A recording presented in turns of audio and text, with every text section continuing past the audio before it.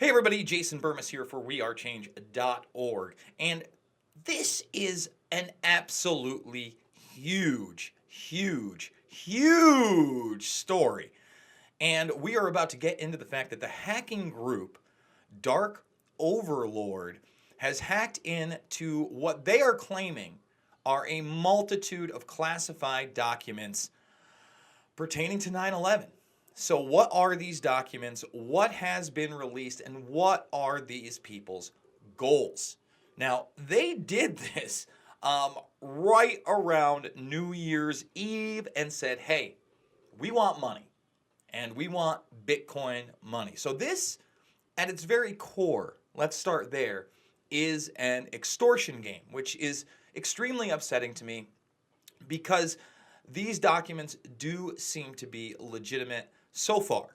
And we're going to get to all that in a moment. But I want to read some of this motherboard article because it is very important to take this into context.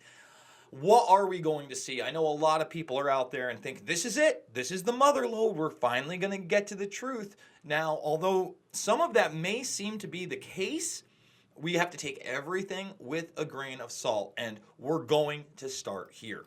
On Monday, New Year's Eve, a hacker group announced it had breached the law firm handling cases related to the September 11th attacks and threatened to publicly release a large cache of related internal files unless their ransom demands were met. Now, the next thing it talks about is how it successfully extorted Netflix, an internal production group. So they have been effective. Now, their new strategy, according to this article, is to play on the media and play on those people who believe in quote-unquote 9/11 conspiracies. But the bottom line is anybody who's paid attention knows that we have been lied to about 9/11. So what's out there? What have they released? Have they really released anything? And the answer is yes. First of all, there is a torrent file now circulating, which is 9.8 gigabytes. It's a container folder. Most of the quote-unquote layers are inaccessible, although it does appear Motherboard is trying to access them. They are encrypted, but they have given a cache, a very small, remember, this is almost a 10 gigabyte file, a small cache of I think it's a 10.2 megabyte zip file. So it's very small. And what does it contain? Well, it contains PDF files, Outlook documents, obviously email messages, some PowerPoints, and some Microsoft Docs, mostly pertaining to lawsuits and settlements on 9/11. Now, Silverstein Properties is mentioned here, and of course, Larry Silverstein was the beneficiary of some of this revenue, and I'm going to call it revenue, in these insurance fraud scams to me. Again, there's a lot of lies regarding 9/11. Are we going to find out about those lies? Well, for instance, one of the more tame documents I was looking at was they wanted $3.2 billion. This was a Port Authority document for one of the projects, and they would mow that down to $775 million. So there was large discrepancies in what the claims were, and then what they actually received. That's small potatoes. What do they really have? Well, they have settlements on lawsuits with family members that sued the airline industry, that sued the World Trade Center for security breaches.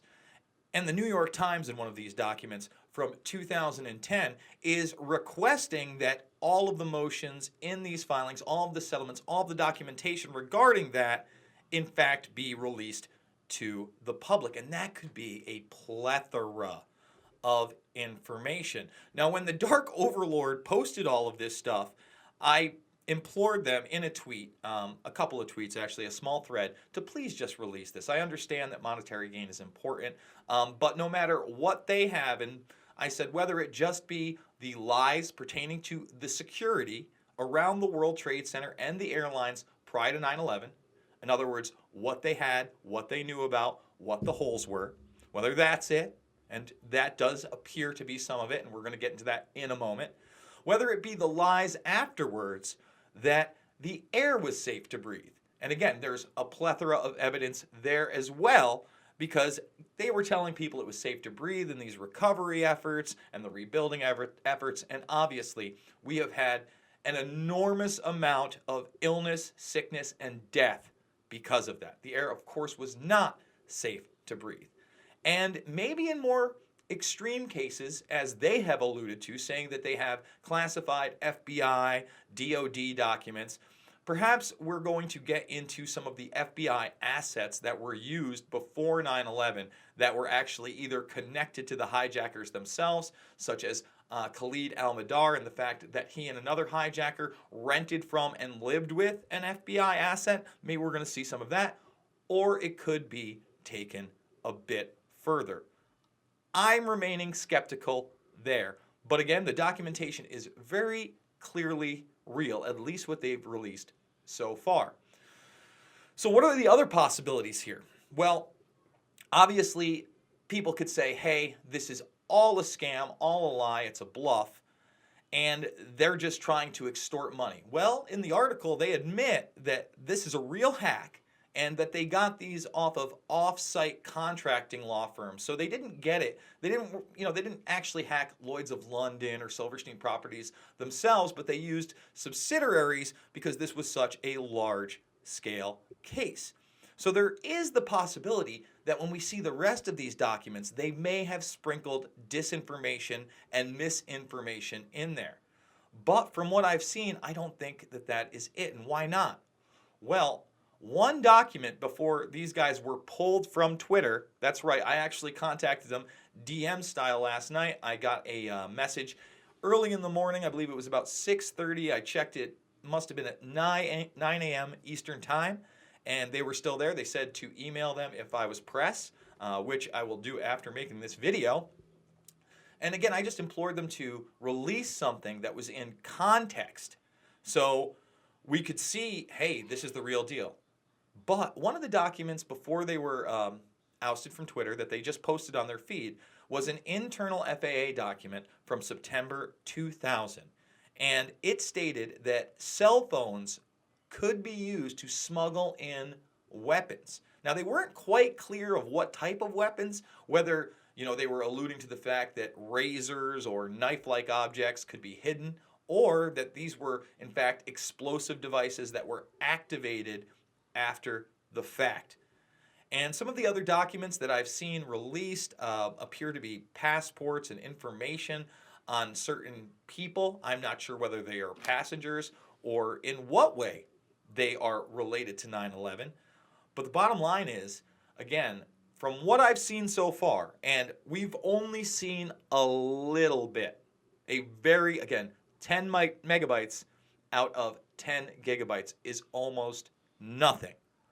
So we've got to wait. What else are they going to release in the coming days? And really, even these documents that are available have to be combed over with a fine-tooth comb. And that has just not been done yet, as they just were made available yesterday late afternoon Eastern Time via an encryption code. And then a few people, again, put them on Mega Upload or Archive or all these different places where you could download the entire thing. And of course I have, and I'm waiting for those encryption codes. But will they answer the questions asked in Fabled Enemies? Will they point to this being an intelligence operation where many of the hijackers came in from a Saudi Arabian consulate that was clearly controlled by the CIA? Will they show that many of these hijackers were actually trained on U.S. military bases? Again, public knowledge, will it get into that? Will it get into things like Able Danger? Will the FBI documents talk about Robert Wright and other whistleblowers?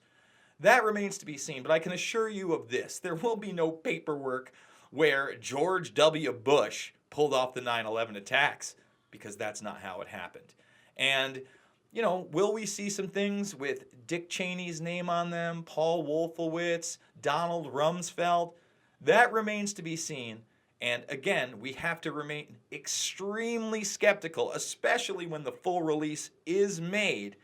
But I'm going to tell you right now, from what I've seen, think that this could be a big step forward in exposing some of the big lies that the US government has told about 9/11 for close to 2 decades now. Guys, I want to thank you so much for watching this video and let you know that Luke Rudowski will be back soon with some really cool, happy, fun time videos. He's been out in Hawaii for the past week. I can promise you there's going to be some cool stuff coming out there. And I'm actually going to be going live over these documents on the backup channel, probably going to be taking calls shortly where we can actually explore this documentation. We didn't want to publish anything here, but we do want to show you what's available. So go check out the backup channel, wearechange.org, and of course our Facebook page for all the latest info on this. Follow me on Twitter @JasonBurmis, and remember, be the change you want to see in the world.